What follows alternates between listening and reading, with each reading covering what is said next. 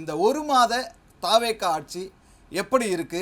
சில சர்ச்சைகள், சில விவாதங்கள், அதையெல்லாம் தாண்டி இந்த ஒரு மாசத்தை நம்ம எப்படி கணக்கிடலாம்? முதல்வர் விஜய்க்கு உங்களுடைய மதிப்பெண் என்னவா இருக்கும்? சார், என்னோட முழு மதிப்பெண்ணும் 10 தான் சார் தருவேன். ஏன்னா இந்த ஒரு மாதத்தில் ஆரம்பித்ததுலேருந்து இன்றைக்கி வரைக்கும் பார்த்தீங்கன்னா எத்தனை சூழ்நிலைகள், நெருக்கடிகள்லாம் பார்த்தீங்க. தொடர்ந்து பிரச்சனைகள், பெரும்பான்மை காமிக்கிற நேரத்தில் கூட ஒரு பெரிய பெரிய பிரச்சனைகள்லாம் வந்தது. அந்த விஷயத்தெல்லாம் எவ்வளோ நுணுக்கமாக சார்ட் அவுட் பண்ணிவிட்டு நம்ம எப்படி தக்க வச்சு நம்ம கரெக்டாக கூட்டணியை பலுப்படுத்தி இன்றைக்கி ஆட்சி அமைச்சது மட்டும் இல்லாமல் மக்களுக்கு தேவையான கோரிக்கைகள் எல்லாத்தையும் கொண்டு வந்ததுக்கு நான் 10 மதிப்பெண் கொடுப்பேன் சார். என்ன மாதிரியான ஆட்சியில் சிறப்பம்சங்கள்லாம் எதை சொல்லுவீங்க தாவேக ஆட்சி? சார், சிறப்பம்சம்னா நேற்று எடுத்துக்கிட்டிங்கன்னா பெண்களுக்கு பாதுகாப்பு வலுப்படுத்துறதுக்காக சிங்க பெண்கள் திட்டம். அது மட்டும் இல்லாமல் நீங்கள் அடுத்தடுத்து பார்த்தீங்கன்னா அந்த ஸ்கூல் பக்கத்துலேயோ ஹாஸ்பிட்டல் பக்கத்தில் இருக்கிற இந்த ஒயின் ஷாப்ஸை மூடுறது, அது இல்லாமல் யூனிட்டு கரண்ட்டை இது பண்ணுறது, 200 யூனிட் நம்மளுக்கு. இதெல்லாம் நிறைய சர்ச்சைகள் சந்திச்சு. இப்போ சிங்கப்பெண் சிறப்பு அதிரடிப்படை திட்டம் நல்ல விஷயம், நல்ல தொடக்கம். ஆனால் ஒரு 3 கையெழுத்து போட்டது முதலமைச்சர் விஜய். ஒரு மாதம் ஆக போகுது, இன்னையோட ஒரு மாதம் நிறைவு. ஆனால் நேற்று தான் அந்த திட்டமே தொடங்கப்பட்டிருக்கு. கிட்டத்தட்ட ஒரு மாதம் கழித்து அந்த திட்டம். சார், அதுக்கு ட்ரைனிங்லாம் கொடுத்துட்டு இருந்திருப்பாங்க போல. ஏன்னா அவர் சொன்னதுலேருந்து கொஞ்சம் நம்ம ஸ்கிப் ஆனது 2 முறை ரத்து செய்யப்பட்டது. ஆமாம், அதுதான் அந்த கரெக்டாக அந்த ஃபார்மேஷன் கரெக்டாக இவங்க சர்க்குலேட் பண்ணிட்டு இந்த நாளில் வைக்கலாம்னு சொல்லிட்டு தான் நேற்று வச்சது. அதே மாதிரி 200 யூனிட் மின்சாரம் மாதத்துக்கு ஒரு முறை 200 யூனிட்னு சொன்னது 2 மாதங்களுக்கு ஒரு முறை 200 யூனிட் அப்படிங்கிறதும் சர்ச்சையாகவும் பேசு பொருளாகவும் இருந்தது. இல்லை சார், அதை தான் சொன்னேனே, 6 மாதம் கால அவகாசம் கேட்டிருக்காங்க. 6 மாதத்தில் எல்லாத்தையும் ஸ்டாண்ட் பையாக ஸ்டடி பண்ணுறதுன்றது தான் முதலமைச்சரோட மிகப்பெரிய ஒரு திட்டமாக இருக்குது. ஸோ அதனால் நம்ம அந்த 6 மாதம் நம்ம அந்த கிரேஸ் பீரியட் நீங்கள் கொடுத்ததுக்கு அப்புறம் நம்ம சொல்றது நல்லா இருக்கும். ஸோ இப்போ இந்த ஒரு மாதம்ன்றது ஒரு தொடக்கம் அப்படிங்கிறதுனாலையும் இது ஒரு நல்ல முன்னுதாரணம்ங்கிறதுனாலையும் ஒரு மனநிறைவா இருக்கு அப்படின்னு சொல்லுவாங்க. திருப்தி அளிக்கக்கூடிய சார், நான் இல்லை சார், பொதுமக்கள்கிட்டயே நீங்க போய் விசாரிச்சிங்கனாலே எல்லாரும் திருப்தியாக தான் இருக்காங்க. கோவிந்தராஜன் சார், இந்த ஒரு மாத தாவேக ஆட்சியை எப்படி பார்க்குறீங்க? இதில் என்னென்ன நிறைகள் இருக்கு, குறைகள் இருக்கு, ரெண்டுமே பட்டியலிட்டு பேசலாம் சார். அதாவது இந்த ஒரு மாத காலம் பார்த்தீங்கன்னாக்க எனக்கு இந்த ஸ்கூல் பிள்ளைங்களை, புதுசா சேரக்கூடிய ஸ்கூல் பிள்ளைங்களை யூனிஃபார்ம் போட்டு ஸ்கூல்ல கொண்டு போய் சாப்பாடு கட்டி விட்டு, யூனிஃபார்ம் போட்டு ஸ்கூல்ல காலையில 10 மணிக்கு கொண்டு போய் விட்டுட்டு, அதுக்கப்புறம் மத்தியானம் ஸ்கூல் பிள்ளைங்க சாப்பிட்டுட்டு அதுக்கப்புறம் திருப்பி சாயங்காலம் ஸ்கூல்ல விடுறாங்க பாத்தீங்களா? அது போலதான் பார்க்க தோணுது. அது போலதான் செயல்படுகிறார். கோட்டு சூட்டு போட்டு யூனிஃபார்ம் போல போறாரு. மத்தியானம் டப்பால சாப்பாடு எடுத்துட்டு போயிட்டு அதை ரீல்ஸா எடுத்து போடுறாரு சாப்பிட்டா மாதிரி. திருப்பி சாயங்காலம் 5 மணிக்கு கிளம்பி விட்டார் அப்படின்ற மாதிரிதான் பண்ணிட்டு இருக்கிறாரு. இந்த இதுல பாத்தீங்கன்னா எந்த விதமான ஒரு இதுவும் நேத்திக்கு சிங்கப்பெண் திட்டம் அறிவிச்சிருக்கார். அது வரவேற்கக்கூடியது, பாராட்டக்கூடியது. அது மாத்திரம்தான் இவர் செஞ்சிருக்காரு. அதுவும் பாத்தீங்கன்னாக்க சென்ற அதிமுக ஆட்சியில ஜெயலலிதா அம்மையார் ஆரம்பித்த அந்த அனைத்து மகளிர் காவல் திட்டம், அந்த பிங்க் போலீஸ் அப்படின்ற அந்த திட்டத்தை ஆரம்பிச்சு செயல்படுத்தினதை இவர் ஸ்டிக்கர் ஒட்டிக்கிட்டு அப்படியே கொஞ்சம் மாடிஃபை பண்ணியிருக்காரு. அவர் 377 கோடி ரூபாய் கொடுத்து அந்த இது ஒதுக்கி வச்சுட்டு 2500 பேரை இவர் இது பண்றதுக்கு மாடிஃபை பண்ணியிருக்கிறாரு. மற்றபடி பார்த்தீங்கன்னா இந்த ஆட்சியில பல்வேறு இதுதான் நடந்துட்டு இருக்குது. அதாவது பார்த்தீங்கன்னா இந்த ஏறத்தாழ இந்த 15 நாட்கள் இந்த ஆட்சி 15 நாட்கள்ல உங்களுக்கு பாத்தீங்கன்னாக்க 42 கொலைகள் நடந்திருக்கிறது. 66 பாலியல் வன்கொடுமைகள் குழந்தைகளுக்கு, சூலூர் சம்பவம் மிகப்பெரிய சம்பவம், அது போல பல்வேறு இது ஆயிருக்குது. 74 பாலியல் வன்கொடுமைகள், 66 பெண்கள் குழந்தைகளுக்கு எதிரான குற்றங்கள், 42 கொலைகள், இதுதான் நடந்திருக்குது இந்த ஆட்சியில. இந்த 25 நாள், இந்த 30 நாள் சாதனை பெஞ்சை நகர்த்திய ஒரு பெரிய சாதனை. ஏன்னா அவர் ஆட்சி முதல்ல பதவி ஏற்கப்ப அது பெஞ்சை நவுத்தினார் பாருங்களா, அது ஒரு சாதனை. அப்புறம் நான் சொன்ன மாதிரி வீட்டுல இருந்து சாப்பாடு கொண்டு வந்தது, கான்வாயில போயிட்டு கான்வாயில வருது, அதுக்கப்புறம் கோட்டை கட்டுறது, சிரிக்கிறது, அதுக்கப்புறம் விஐபிகளை பார்த்துக்கிட்டு அவங்களோட போட்டோ எடுக்கிறது, சினிமா துறையை சார்ந்தவர்களோட போட்டோ எடுக்கிறது, ரீல்ஸ் எல்லாம் எடுத்து பண்றது. இதுதான் இந்த ஆட்சியினுடைய இந்த 30 மாத சாதனை. இது இன்னொரு மிகப்பெரிய சாதனை. நேற்றுக்கு மின்சாரத்துறை அமைச்சர் சொல்லியிருக்கிறார், அந்த மின் திருட்டு, அந்த மின் விநியோகம் தடைப்பட்டதுக்கு அவர் ஃபியூஸ் திருடு போச்சுன்னாரு. ஃபியூஸ் அது ஒரு கேரியரை திருடிட்டாங்கன்னு சொன்னது. ஃபியூஸ் கேரியர் திருடி போச்சு அப்படின்னாங்க. அது ஒரு மிகப்பெரிய சாதனை.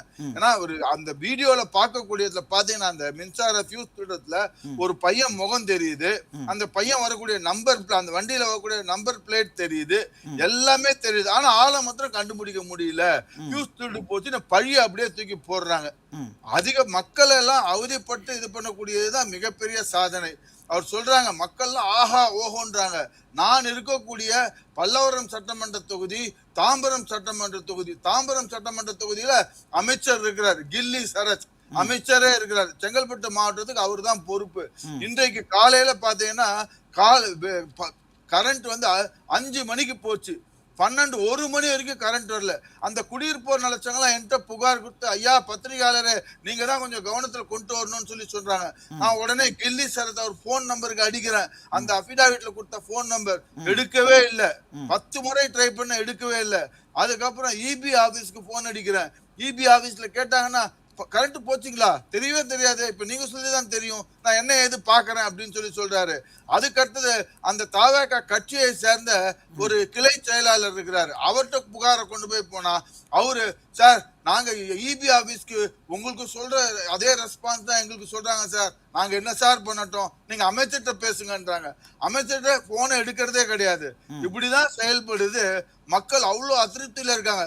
இன்னைக்கு இந்த திமுகவுடைய இந்த தாவேகாவுடைய ஆட்சி மூலியமா ஒருத்தர் உயிரே இழந்துட்டார். ஏன்னா அந்த பவர் இல்ல, வயது முதிர்ந்தவர், ஆக்சிஜன் கான்சென்ட்ரேட்டர்னால அவர் வந்து வாழ்க்கையை ஓட்டி கொண்டிருக்கிறார். இந்த பவர் இல்லாததுனால ஒரு ஆபத்து கட்டத்துல இருக்கான்னு சொல்லி எனக்கு போன் பண்ணாங்க. இப்ப சற்று நேரத்துக்கு முன்னாடி பண்ண அந்த இவரு மூச்சு திணறல் வந்து இறந்துட்டான்னு சொல்றாங்க. இதுதான் இவங்க செய்யக்கூடிய சாதனை. இப்போ பொதுவாக சார் இந்த மின்வெட்டு வந்து பெரிய பிரச்சனையாகவே மாறி இருக்கு. தமிழ்நாடு முழுக்க வந்து மக்கள் வந்து போராட்டம் நடத்துகிற அளவுக்கு, மறியல் செய்கிற அளவிற்கு அப்படின்னு. இப்போ என்ன மாதிரியான பிரச்சனைகளை கையாள தவறுகிறது தாவேகா? சார் முதல்ல இவங்களுக்கு அனுபவமே கிடையாது சார். இவங்களுக்கு வந்து அனுபவம் கிடையாது. அதனாலதான் அதிமுக இருந்து எல்லாரும் இவங்க இழுத்துக்கிறாங்க. இவங்க பாக்குறோம் அதிமுக இருந்து எல்லாரையும் அவங்க சைடு, அதிமுக திமுக இவங்க கேட்டான்னு நாங்க மாற்றம் கொடுக்குறோம், நாங்க இது பண்றோம். ஆனா இங்க இருக்கிறவங்களும் அங்க கொண்டு போய் இது பண்ணிட்டு அவங்க தயவை தான் நாடிட்டு இருக்கிறாங்களே ஒழிய இவங்களால எதுவுமே செய்ய முடியல. அப்படி செய்யக்கூடியதா இருந்தா எப்படி 17 அந்த ஹார்ட் டிஸ்க் திருடு போச்சு, அந்த உடனே அவரு மாண்புமிகு அமைச்சர் சொல்றாரு நாங்க திருடனை கண்டுபிடிச்சிட்டோன்னு, ஹார்ட் டிஸ்கை மீட்டுட்டோன்றாங்க. ஹார்ட் டிஸ்க பார்த்தீங்கன்னா அங்க இருக்கக்கூடிய அந்த தரவுகள் டேட்டா தான் முக்கியம். அந்த டேட்டா திருடுபட்டிருந்துச்சுன்னா என்ன பண்ண முடியும்? அந்த டேட்டால பல்வேறு ஆதாரங்கள் இருந்து அது இதாகி போச்சுன்னா அதுக்கு என்ன பண்ண முடியும்? இவங்களால ஒரு சின்ன திருட்டு, அது அப்பேற்பட்ட ஒரு மின்சார தலைமை அலுவலகத்துல ஒரு சிசிடிவி கேமரா இருக்காதா? அந்த சிசிடிவி கேமராவை பார்த்து யார் வராங்க போறாங்கன்னு செய்யக்கூடாதா? கேட்டா அந்த கேமரா வேலை செய்யவே இல்லை அப்படின்றாங்க. இதுல இருந்து தெரியுது இவங்க ஆட்சியினுடைய லட்சணம் இப்படிதான் இருக்கிறது. யாரையாவது தப்பிக்க வைக்க நினைக்குதா சார் தாவேகா ஆட்சி, தாவேகா அரசு வந்து நிச்சயமாக தப்பிக்க வைக்குது. இன்னொன்னு சாதனை நீங்க கேட்டீங்க என்ன செய்தார்கள். நேத்திக்கு ஊடகவியாளர் மாரியதாச கைது செஞ்சதுதான் ஒரு சாதனை. ஏன்னா இவங்க ஊடக சுதந்திரம், கருத்து சுதந்திரம் நாங்க அது போல செய்ய மாட்டோம்னு சொன்னவங்கள இந்த அரசை பத்தி விமர்சனம் செய்தவரை கைது செய்து ஒரு சாதனை. ரெண்டாவது இன்றைக்கு எல்லாரும் பேசக்கூடிய இன்னொரு இந்த அரசு செஞ்ச சாதனை என்னன்னா, இவங்க இந்த அரசுக்கு எதிராக பேசி அவங்களுடைய சேனல்ல வந்து அந்த பதிவை போட்டாங்கன்னா அந்த சேனலை முடக்குவது. குறிப்பாக பாலிமர், நியூஸ் தமிழ், ஜனம் டிவி, தனியார் சேனல்கள் எல்லாம் முடக்குவது. இதுதான் இவங்க பெரிய சாதனை. ஏன்னா அவங்க எல்லாம் உண்மையை கொண்டு போய் மக்களிடம் சேர்க்கிறாங்க பாத்தீங்களா, அதுதான் இவங்களுடைய மிகப்பெரிய சாதனை. சோ இதெல்லாம் செய்யறாங்கன்னா இவங்க ஆட்சி பாத்தீங்கன்னாக்க இது பேருக்கு தான் தாவேகா ஆட்சி, ஆனா மாற்றம் எதுவும் இல்லை. இது வந்து TVK is equal to DMK 2.0 அதுதான். சோ டிஎம்கே உடைய ஆட்சி தான் தாவேகா பண்ணுதா இப்ப? ஆமாம், அதே அந்த ஆட்சி தான் தாவேகா பண்ணுது. மாற்றம் ஒண்ணுமே சேஞ்சே கிடையாதுங்க. திமுக ஆட்சியில பண்ணது எல்லாமே தான் பண்றாங்க. திரு அருண் அவர்களை இந்த மாண்புமிகு சென்னை உயர்நீதிமன்றம் சுட்டி காட்டி இருக்கிறது. அவங்களுடைய தீர்ப்புலயே என்ன சுட்டி காட்டி இருக்காங்கன்னாக்கா, அருண் அவர்கள் எக்ஸோடியஸ், he has been very exodious அப்படின்னு போட்டிருக்காங்க. அந்த எக்ஸோடியஸ்ன்றத லீகல் டேர்ம்னாக்க அது மிகப்பெரிய வார்த்தை. எக்ஸோடியஸ் அப்படின்னாக்க அது வந்து பயாஸ்டா இருக்காரு, தன்னிச்சையா செயல்படுறாரு அப்படின்றது அதனுடைய பொருள். அது இன்னும் ஆராய்ந்து பார்த்தீங்கன்னாக்கா அது வந்து கையூடல் வாங்கறதுக்கு சமானமாக கூட பொருள் எடுத்துக்கலாம். அது எப்படி வேணா பயாஸ், அது வந்து அதாவது அவருக்கு அவருக்கு சாதகமாக எல்லாம் இது பண்ணக்கூடியது எக்ஸோடியஸ் அந்த மீனிங். அத கோர்ட்டே சொல்லியிருக்குது. அருண் அவருடைய இதுல வந்து அவருடைய தீர்ப்பு இப்ப கோர்ட் கொடுத்தல அப்படியும் அதையும் மீறி திரு அருண் அவர்களை லஞ்ச ஒழிப்பு துறையில போட்டிருக்காங்க. இதுதான் இந்த ஆட்சியினுடைய சாதனை. திருநங்கையில சாவியை கொடுத்து நீ பாத்துக்கடான்னு சொல்றது இந்த அரசனுடைய சாதனை. சோ இந்த ஆட்சியில வந்து சொல்லிக்கிற மாதிரி ஒரு பாசிட்டிவான ஒரு விஷயம்னா எதை சார் சொல்லுவீங்க இந்த ஒரு மாசத்துல? காலையில இட்டுக்குன்னு போய் சாயங்காலம் இட்டுக்குன்னு வருது. அவங்க அமைச்சர் செஞ்ச வேலை. அதாவது புஷி ஆனந்த் சொல்லுவார்ல, காலையில நான் இட்டுன்னு போய் இட்டுன்னு வரேன்னு சொல்றது அந்த வேலை தான். அதுதான் இதா இருக்கு. காலையில இட்டுக்குன்னு போறாங்க, சாயங்காலம் இட்டுக்குன்னு வராங்க. சாதனைன்னு சொல்லக்கூடியதுன்னா நேத்திக்கு செய்த அந்த சிங்கப்பெண் அந்த திட்டத்தை அபிஷியலா அவர் வந்து அறிமுகப்படுத்தினார். அந்த அரசு விழால நம்ம தமிழ்தாய் வாழ்த்து பாடினாங்க. அது ஒரு ஏற்றுக்கக்கூடியது. மற்றபடி பார்த்தீங்கன்னா அதுக்கு நிதி ஒதுக்கி இருக்காங்க. 347 கோடி ரூபாய், 54 கோடி நிதி ஒதுக்கி இருக்காங்க. 2500 பணியிடங்கள் இதற்கு என்று காவலர்கள் இது பண்ண 2500 பேர் போடப்படும் சொல்றாங்க. இதுக்குன்னு தனியாக அது பொறுத்திருந்து பார்க்கணும் அது போடுறாங்களா. ஏன்னா காவல் இப்பவே பாத்தீங்கன்னாக்கா போலீஸ் டிபார்ட்மெண்ட்ல நிறைய பேர் காவலர்கள் இன்னும் அது பணியில இதுவே இல்லை. அங்கேயே நிறைய ஷார்ட் ஃபால்ஸ் இருக்கு. அதே வந்து அவங்க இது பண்ணும். அதை தவிர இப்ப 2500 பேர் புதுசா வந்து காவலர்கள் நியமிக்கப்படுவார்னு சொல்றாங்க. பொறுத்து இருந்து பார்க்கணும். இது மாத்திரம்தான் வரவேற்கக்கூடியது, மற்ற எதுவுமே கிடையாது சார். அதுவும் நேற்றைக்கு நடந்திருக்கு. இப்ப டெல்லிக்கு போயிருக்கிறாரு. இன்னைக்கு டெல்லிக்கு போய் என்ன பண்ண போறாருன்னு தெரியல. போன முறை டெல்லிக்கு போய் 10 நிமிஷத்தும் பிரதமர்கிட்ட போய் பார்த்துட்டு வந்தார். அது ஒரு சாதனை. 10 நிமிடம் ஒரு பிரதமரிடம் போய் சந்தித்து உலக மகா சாதனை செய்துள்ளார். அடுத்த உலக மகா சாதனை என்ன செய்ய முடிச்சிடுறேன். அடுத்து உலக மகா சாதனை கின்னஸ் புக்ல கூட இந்த சாதனையை போடலாம். என்ன செய்திருக்கிறாருன்னா அமைச்சரவை கூட்டம் அதை கூட்டி காலையில 10:05 இருந்து 11:20 வரை 436 திட்டங்கள் கின்னஸ் புக்ல போட்டுக்கலாம். அப்படி பாக்குறப்ப 75 நிமிடத்துல 436 திட்டங்கள். சராசரியா 5 நிமிடத்துக்கு 5 திட்டங்கள்.